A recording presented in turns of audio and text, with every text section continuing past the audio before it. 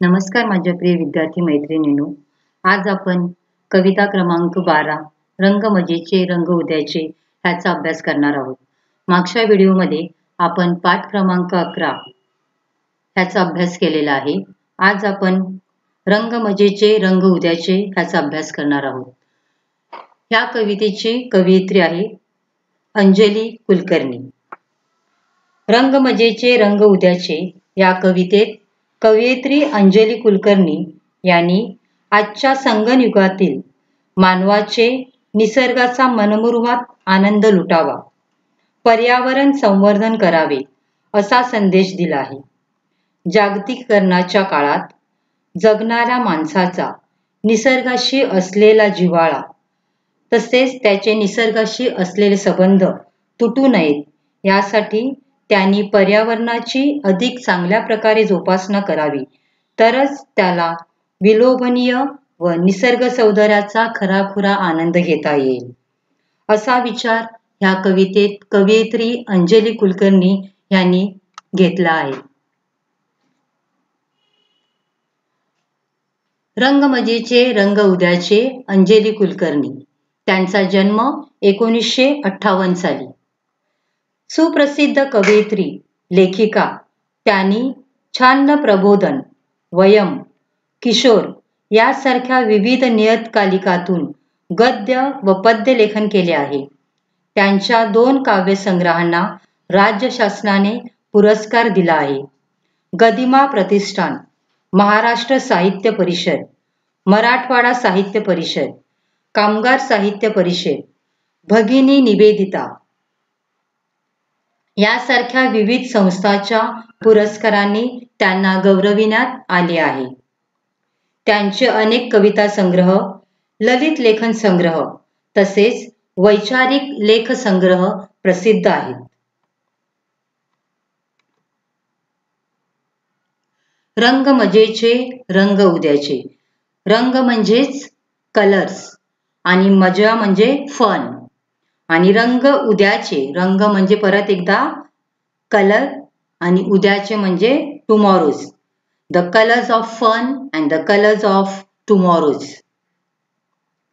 फुला फुलाचे दाट ताटवे जिथे पोचते दृष्टी, रंग मजेचे रंग उद्याचे जपून ठेवू सृष्टी. या ओवीमध्ये कवयित्री अंजली कुलकर्णी आपल्याला सांगतात की दूरवरपर्यंत जिथे आपली दृष्टी पोहोचते तिथपर्यंत आपल्याला विविध रंग, फुलेच फुले उगवलेली दिसतात. सारी सृष्टीच रंगानी न्हाऊन गेली आहे असे आपल्याला पाहायला मिळते. हे मजेशीर रंग व सृष्टीने भविष्यातही टिकून राहावे यासाठी आपण सृष्टी संवर्धन केले पाहिजे, म्हणजेच आपण सृष्टीचे संरक्षण केले पाहिजे. फुला फुलाचे दाट ताटवे म्हणजेच जिकडे फुल म्हणजे फ्लावर्स आणि दाट ताटवे म्हणजे काय, गर्द असे गुच्छ. The bunches of flowering plants. फुला फुलाचे दाट ताटवे म्हणजेच बंचेस ऑफ फ्लावरिंग प्लांट्स. जिथे पोहोचते दृष्टी म्हणजे जिथपर्यंत आपली दृष्टी पोहोचते, दृष्टी म्हणजेच नजर. Till way we reach. रंग मजेचे रंग उद्याचे. रंग मजेचे रंग उद्याचे म्हणजेच colours of fun and colours of tomorrows. जपून ठेवू सृष्टी म्हणजे आपण या सृष्टीला सांभाळून ठेवले पाहिजे. जपून ठेवणे म्हणजेच सांभाळणे आणि सृष्टी म्हणजेच नेचर, जग. म्हणजे ह्या नेचरचा आपण सांभाळ केला पाहिजे, आपण ती जपून ठेवली पाहिजे.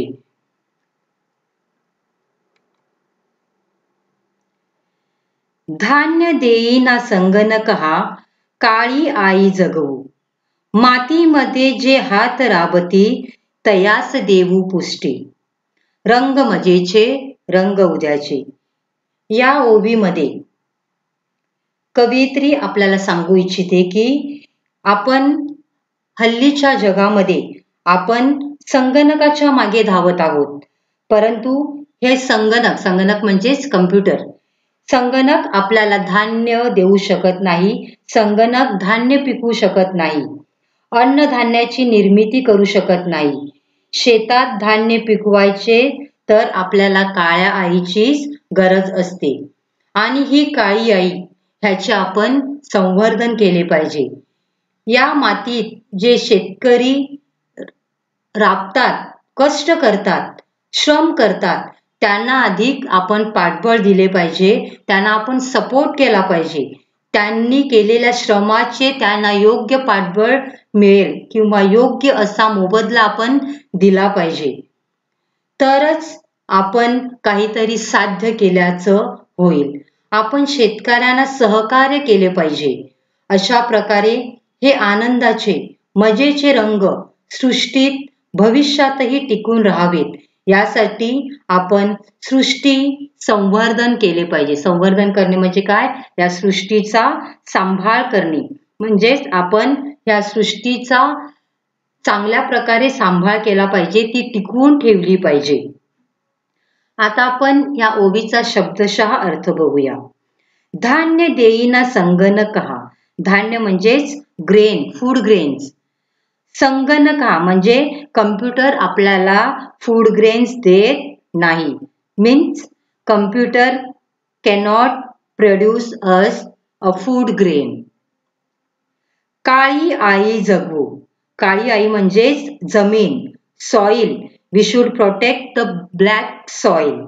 म्हणजेच आपण ही जी जमीन आहे, ही जी काळी आई आहे, तिची आपण जपवणूक केली पाहिजे, तिला जगवले पाहिजे. मातीमध्ये जे हात राबती, म्हणजे या मातीमध्ये, या जमिनीमध्ये जे हात राबतात, राबतात म्हणजे काय? कष्ट करतात. शेतकरी जे कष्ट करतात, हात म्हणजेच हँड, कर.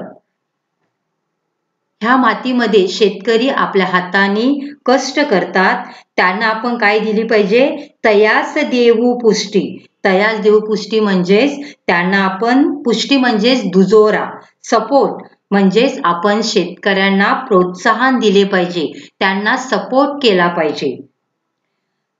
रंग मजेचे, रंग उद्याचे. Colours of funs, colours of tomorrow's.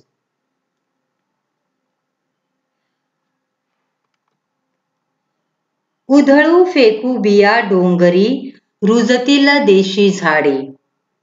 गच्च माजतील राने, होईल आभाळातून वृष्टी. रंग मजेचे, रंग उद्याचे. या ओवीमध्ये कवयित्री आपल्याला सांगते की पर्यावरण संवर्धन करण्याकरता, म्हणजेच पर्यावरणाचे रक्षण करण्याकरता आपण काय केले पाहिजे? डोंगरावर बिया फेकूया. म्हणजेच जिकडे जिकडे माउंटन्स पण आहेत, त्या माउंटन्सवर सुद्धा आपण बिया फेकून देऊया आणि वाटेने जाताना बिया टाकत पेरत जाऊया. म्हणजे जेव्हा जेव्हा आपण प्रवास करू, त्या डोंगरावरून जाऊ, तेव्हा आपण आजूबाजूला किंवा कुठेही वाटचाल करत असताना आपण आजूबाजूला झाडाच्या किंवा फुलाच्या ज्या बिया असतात, सीड्स असतात, त्याची आपण पेरणी करत गेलो पाहिजे. ह्या बिया जमिनीत रुजतील. म्हणजे जेव्हा आपण ह्या बिया जमिनीत टाकू, तेव्हा ह्या बिया मातीत एकरूप होऊन नंतर त्या काय होतील? रुजतील. त्यातून झाडे उगवतील. म्हणजे या बिया रुजून त्याच्यातून नवीन झाडे निर्माण होतील. या झाडामुळे बरगच्च हिरवीगार राने वाढतील. म्हणजे जेवढी जास्त झाडे, तेवढं जास्त वन, जंगल निर्माण होईल. सगळीकडे हिरवागार आपल्याला पाहायला मिळेल, हिरवळ दाटेल. मग जलचक्र सुधारेल. म्हणजे जे पाण्याचे जे चक्र आहे, हे सुद्धा सुधारेल. म्हणजे आपल्याला वेळोवेळी असा योग्य प्रमाणात पाणीही मिळेल, पाऊस मिळेल. कारण पावसासाठी आपल्याला योग्य प्रमाणात पाऊस मिळण्यासाठी झाडाची अत्यंत गरज असते. आणि जर आपण जास्त प्रमाणात झाडाची लागवड केली, तर आपल्याला पाऊसही भरपूर मिळेल. झाडामुळे, रानामुळे पाऊस वेळेवर व मुबलक प्रमाणात पडेल. म्हणजे जास्त प्रमाणात झाडे असल्यामुळे आपल्याला योग्य असा, मुबलक असा पाऊस मिळू शकेल. हे आनंदाचे, मजेचे रंग भविष्यातही टिकून राहावेत, यासाठी आपण सृष्टीचे संवर्धन केले पाहिजे. आता या ओवीमधील आपण शब्दशः अर्थ पाहूया. उधळू फेकू बिया डोंगरी. उधळणे म्हणजेच उधळणे आणि फेकणे म्हणजेच जिकडे तिकडे विखरून टाकणे किंवा स्कॅटर, त्याला स्कॅटर्ड असे म्हणतात. आणि what we have to scatter the seeds of the plants. बिया म्हणजेच सीड्स. आणि ह्या सीड्स आपण कुठे टाकायच्या आहेत? डोंगरावरती. डोंगर म्हणजे on the hills. We have to throw the seeds on the hill. रुजतील देशी झाडे म्हणजे जेव्हा आपण डोंगरावर सीड्स फेकू तेव्हा त्या सीड्स जमिनीमध्ये, मातीमध्ये एकरूप होऊन त्याच्यातून काय उगवतील? नवीन झाडे उगवतील. देशी झाडे उगवतील. उगवणे म्हणजेच टू ग्रो, म्हणजेच नवीन झाडाची निर्मिती होईल. गच्च माजतील राने म्हणजेच खूप झाडे निर्माण होतील. खूप झाडे झाल्यामुळे सगळीकडे हिरवेगार होईल. गच्च माजतील राने म्हणजेच संपूर्ण रान. रान म्हणजेच जंगल. हे जंगल कसं होईल? माजेल. माजणे म्हणजेच फोफावणे. म्हणजेच रानामध्ये अनेक प्रकारे वेगवेगळी अशी झाडे निर्माण होतील. झाडाचा उगम होईल. आभाळातून होईल वृष्टी. आणि त्यामुळे काय होईल? आभाळातून. आभाळ म्हणजे काय? आकाश. आकाशातून काय होईल? वृष्टी होईल. वृष्टी होणे म्हणजे काय? पावसाचा वर्षाव होणे. Means when we'll throw the seeds on the hills, that time new plants will grow, new big trees will grow, then we will get lot of water from the sky. रंग मजेचे, रंग उद्याचे. म्हणजेच हे रंग कसे आहेत? मजेचे आहेत. तर colours of fun and colours of tomorrow's.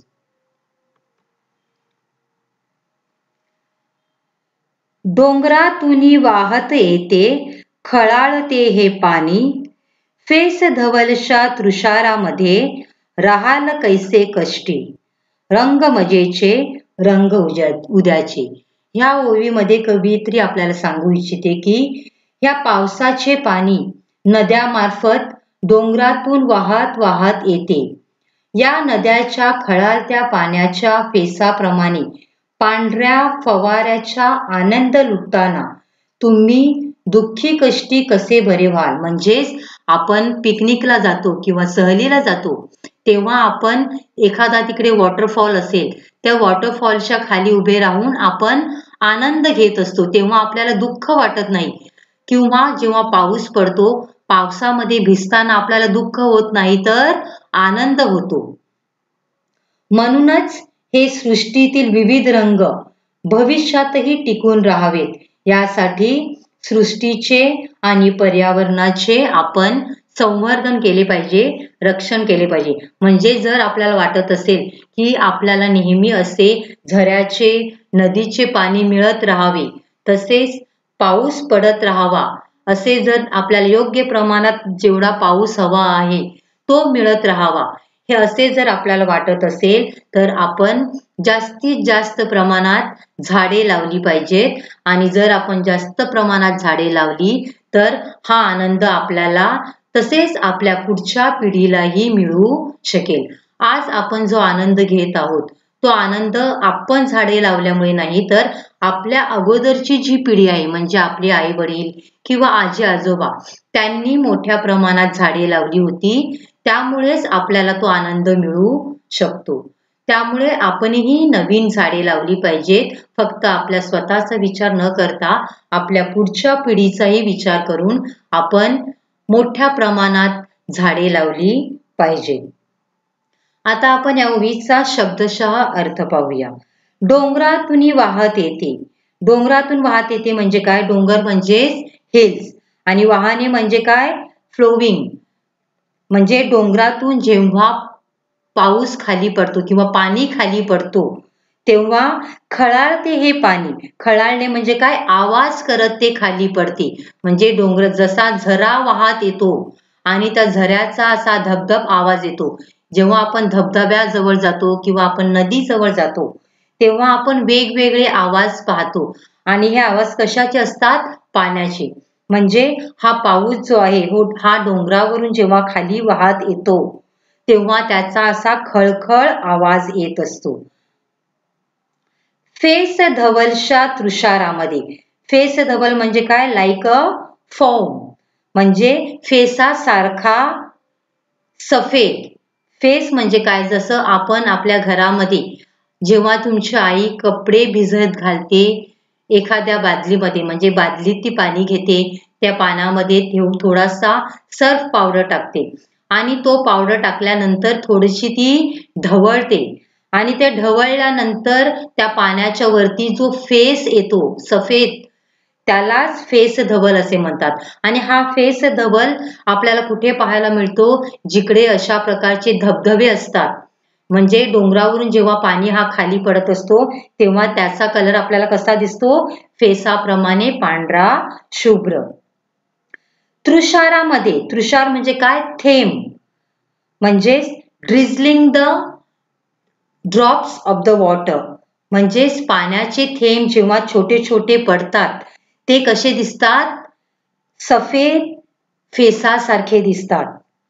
राहाला कैसे कष्टी, म्हणजे जेव्हा आपण असा पांढरा शुभ्र पाणी डोंगरातून वाहत येताना खाली येताना पाहतो तेव्हा त्या पांढरा शुभ्र पाण्याला पाहून आपल्याला दुःख होत नाही तर आपल्याला आनंदच होतो.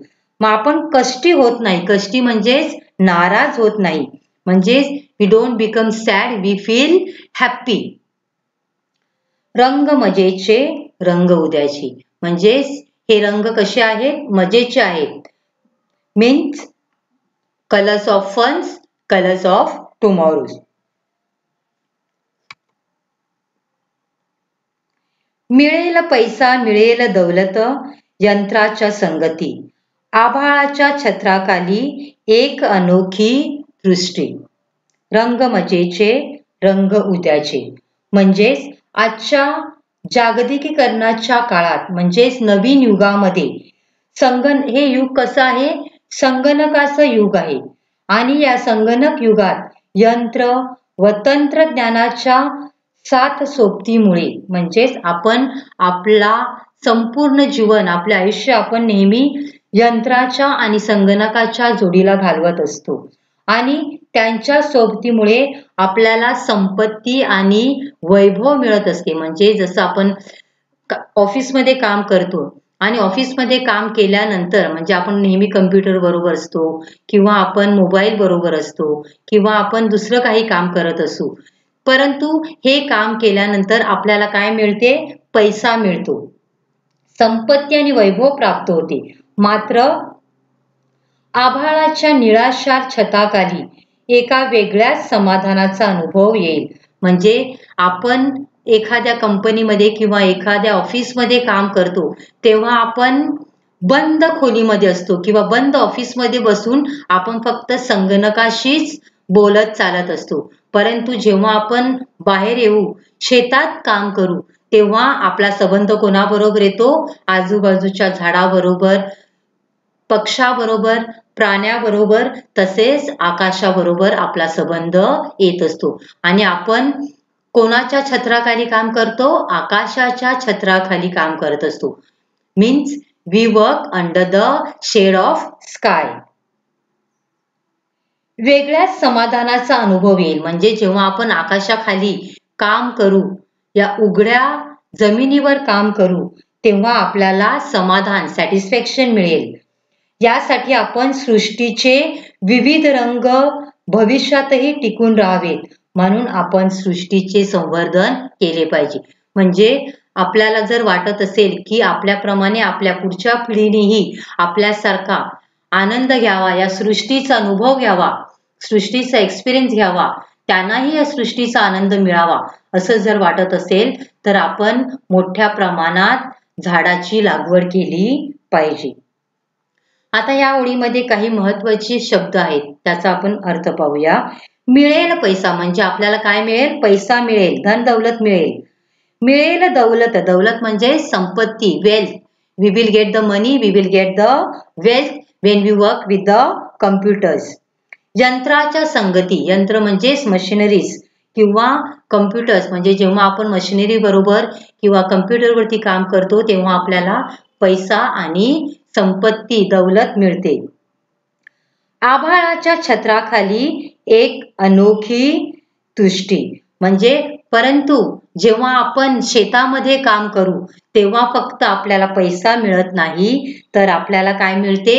समाधान मिळते, तुष्टी मिळते. तुष्टी म्हणजे satisfaction. We get the satisfaction we work in the field. आभाळाच्या छत्राखाली म्हणजे हे आकाश जे आहे ह्याच्या शेड खाली, छत्र म्हणजे शेल्टर, सावली, म्हणजे या आकाशाच्या सावलीखाली जेव्हा आपण काम करतो तेव्हा आपल्याला काय मिळते? समाधान आणि सॅटिस्फॅक्शन मिळते. रंग मजेचे, रंग उद्याचे, म्हणजेच हे रंग कसे आहेत? मजेचे आहेत. This colours are fun, colours of tomorrow's.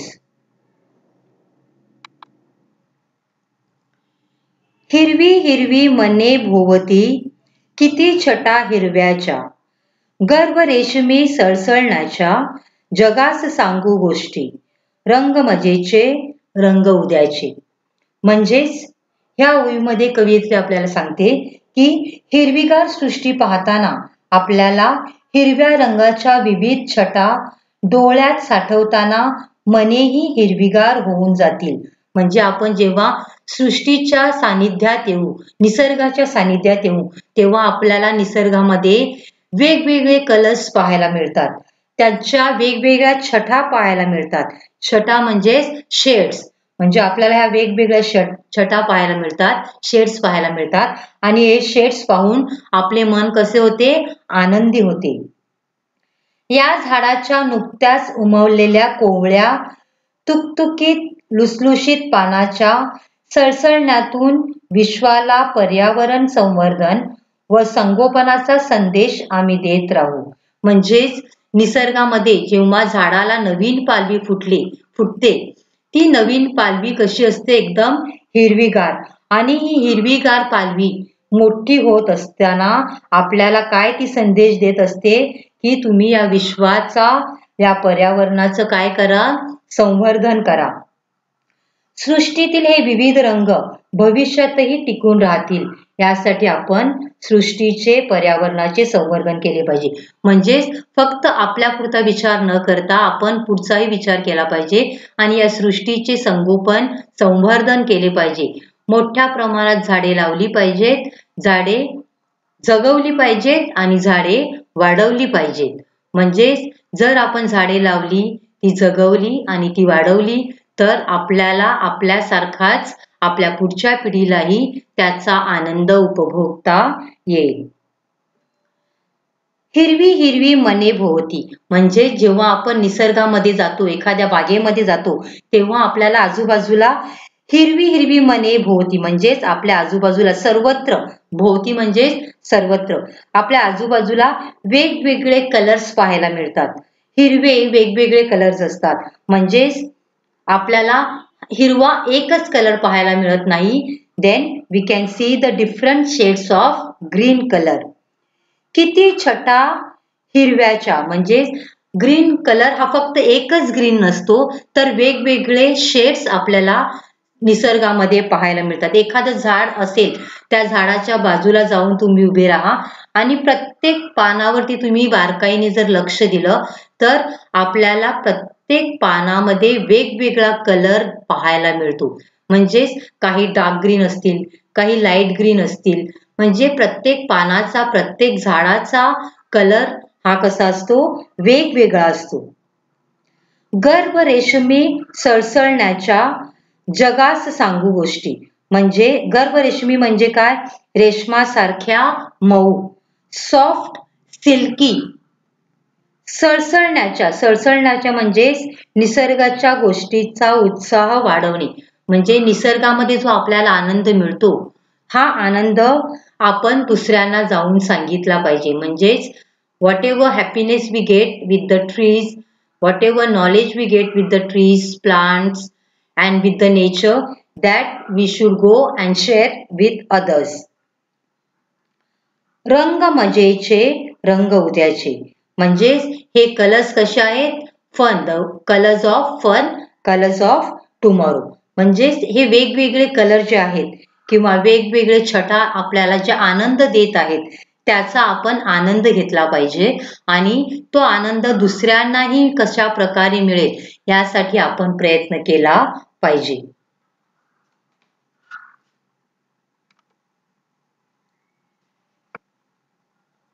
थोडक्यात कवयित्री अंजली कुलकर्णी आपल्याला सांगू इच्छितात की ह्या पृथ्वीला वाचवण्यासाठी ह्या काळ्या आईची म्हणजेच मातेची आपण सेवा केली पाहिजे. तसेच या काळ्या आईच्या पोटातून उगवणाऱ्या अन्नावरच संपूर्ण सृष्टीचक्र चालत आहे आणि त्यामुळे मातीत कष्ट करणारे जे कष्टकरी हात आहेत म्हणजे जे शेतकरी आहेत त्यांना आपण दुजोरा दिला पाहिजे, पाठबळ दिलं पाहिजे, त्यांना आपण आधार दिला पाहिजे. कारण त्यांना जर आपण आधार दिला तरच ते शेती करतील आणि आपल्याला अन्नधान्य मिळेल. त्यांना योग्य प्रमाणात मोबदला जर मिळाला त्यांच्या शेतीचा तर त्यांचे आत्महत्या करण्याचे जे प्रकार हल्ली वाढत आहेत ते सुद्धा बंद होतील. कुठेतरी ह्याला आपण आळा घालू शकू. मातीतून धान्य उगवण्यासाठी कष्ट करणारे हात नाहीसे झाले म्हणजे जर शेतकऱ्यांनी शेती करण्याचं बंद केलं तर आपण कम्प्युटरवरती काम करून किंवा मशीनवरती काम करून जो पैसा मिळतो त्या पैशाला काहीच अर्थ राहणार नाही. कारण आपण पैसे खाऊ शकत नाही तर त्या पैशांनी आपल्याला अन्न विकत घ्यायला लागते आणि हे अन्न जे आहे हे अन्न हे शेतकरी शेतामध्ये या काळ्या आईमध्ये काम करून उगवत असतात. या हातांना आपण मदतीचा आणि प्रेमाचा हादर दिला पाहिजे.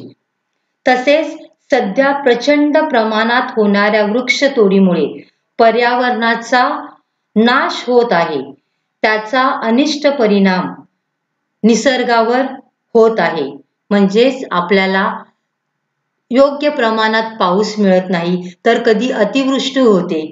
तर हे जर आटोक्यात आणायचं असेल किंवा ह्याच्यावरती आळा आणायचा असेल तर आपण झाडे लावली पाहिजेत. झाडे नसल्यामुळे डोंगर उघडे पडले आहेत, जमिनी उजाड झालेल्या आहेत, ओसाड झालेल्या आहेत, पाऊस अनियमित व अपुऱ्या प्रमाणात होत आहे. त्याचा अनिष्ट परिणाम आपल्याच जीवावर होत आहे. हे सर्व रोखण्यासाठी आपण पावले उचलायला हवीत असेच कवयित्री आपल्याला इकडे सांगण्याचा प्रयत्न करत आहे.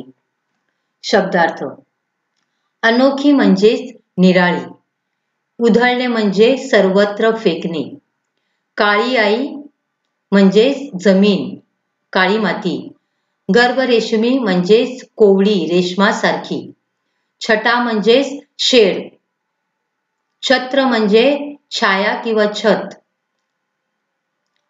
ताटवे म्हणजे फुलाचा समूह, तृषार म्हणजे फवारे, तुष्टी म्हणजे तृप्ती, दाट म्हणजे भरगच्च, दौलत म्हणजे संपत्ती, दृष्टी म्हणजे नजर, पुष्टी म्हणजे दुजोरा किंवा पाठबळ, फेस धवलशा म्हणजे फेसाप्रमाणे पांढऱ्या दिसणाऱ्या, राबणे म्हणजेच कष्ट करणे, काम करणे, रुजणे म्हणजेच उगवणे, वृष्टी म्हणजे पाऊस, पावसाचा वर्षाव होणे, सळसळ म्हणजे पानाचा आवाज आणि सृष्टी म्हणजेच जग. येथे अर्थ आहे निसर्ग.